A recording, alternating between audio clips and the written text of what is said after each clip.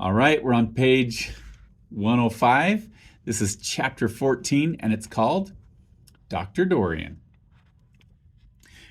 The next day was Saturday. Fern stood at the kitchen sink drying the breakfast dishes as her mother washed them. Mrs. Arable worked silently.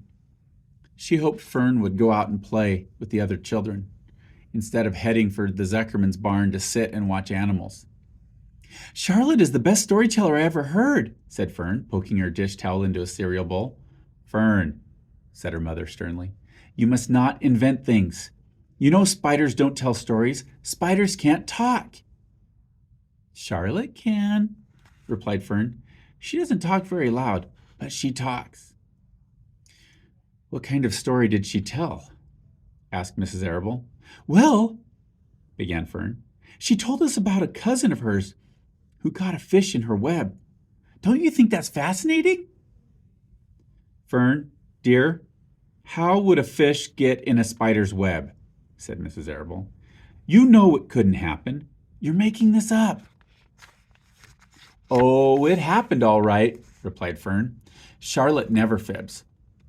This cousin of hers built a web across the stream. One day she was hanging around on the web, and a tiny fish leapt into the air and got tangled in the web. The fish was caught by one fin, Mother. Its tail was wildly thrashing and shining in the sun. Can't you just see the web sagging dangerously under the weight of the fish? Charlotte's cousin kept slipping in, dodging out, and she was beaten mercilessly over the head by the wildly thrashing fish, dancing in, dancing out, throwing... "Fern," snapped her mother, "stop it. Stop inventing these wild tales." "I'm not inventing," said Fern. "I'm just telling you the facts." "What finally happened?" asked her mother, whose curiosity began to get the better of her. "Charlotte's cousin won. She wrapped the fish up, then she ate him when she got good and ready. Spiders have to eat the same as the rest of us." "Yes, I suppose they do," said Mrs. Arable vaguely. "Charlotte has another cousin who's a balloonist. She stands on her head, lets out a lot of line, and is carried aloft on the wind. Mother, wouldn't you simply love to do that?" "Yes, I would, come to think of it," replied Mrs. Arable. "But Fern, darling, I wish you would play outdoors today instead of going to Uncle Homer's barn. Find some of your playmates and do something nice outdoors. You're spending too much time in that barn. It isn't good for you to be alone so much." "Alone?" said Fern. "Alone? My best friends are in the barn cellar. It's a very sociable place, not at all lonely." Fern disappeared after a while, walking down the road toward Zuckerman's. Her mother dusted the sitting room. As she worked, she kept thinking about Fern. It didn't seem natural for a little girl to be interested in animals. Finally, Mrs. Arable made up her mind she would pay a call on old Dr. Dorian and ask his advice. She got in the car and drove to his office in the village. Dr. Dorian had a thick beard. He was glad to see Mrs. Arable and gave her a comfortable chair. "It's about Fern," she explained. "Fern spends entirely too much time in the Zuckerman's barn. It doesn't seem normal. She sits on a milk stool in the corner of the barn cellar near the pig pen and watches animals hour after hour. She just sits and listens." Dr. Dorian leaned back and closed his eyes.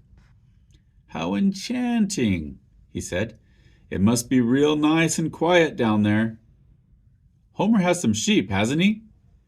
"Yes," said Mrs. Arable, "but it started with that pig we let Fern raise on a bottle. She calls him Wilbur. Homer bought the pig, and ever since it left our place, Fern has been going to her uncle's to be near it." "I've been hearing things about that pig," said Dr. Dorian, opening his eyes. "They say he's quite a pig." "Have you heard about the words that appeared in the spider's web?" asked Mrs. Arable nervously. "Yes," replied the doctor. "Well, do you understand it?" asked Mrs. Arable. "Understand what?" "Do you understand how there could be any writing in a spider's web?" "Oh, no," said Dr. Dorian. I don't understand it. But for that matter, I don't understand how a spider learned to spin a web in the first place. When the words appeared, everyone said that they were a miracle, but nobody pointed out that the web itself is a miracle. What's miraculous about a spider's web? Asked Mrs. Arable. I don't see why you say a web is a miracle. It's just a web. Ever try to spin one? Asked Dr. Dorian. Mrs. Arable shifted uneasily in her chair. No, she replied, but I can crochet a doily and I can knit a sock. Sure, said the doctor, but somebody taught you, didn't they? My mother taught me. Well, who taught a spider? A young spider knows how to spin a web without any instructions from anybody. Don't you regard that as a miracle? I suppose so, said Mrs. Arable. I never looked at it that way before. Still, I don't understand how those words got into the web. I don't understand it, and I don't like what I can't understand. None of us do, said Dr. Dorian, sighing. I'm a doctor. Doctors are supposed to understand everything.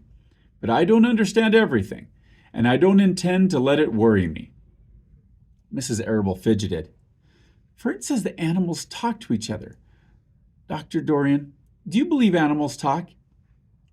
I never heard one say anything, he replied. But that proves nothing. It is quite possible that an animal has spoken civilly to me and that I didn't catch the remark because I wasn't paying attention. Children pay better attention than grown-ups.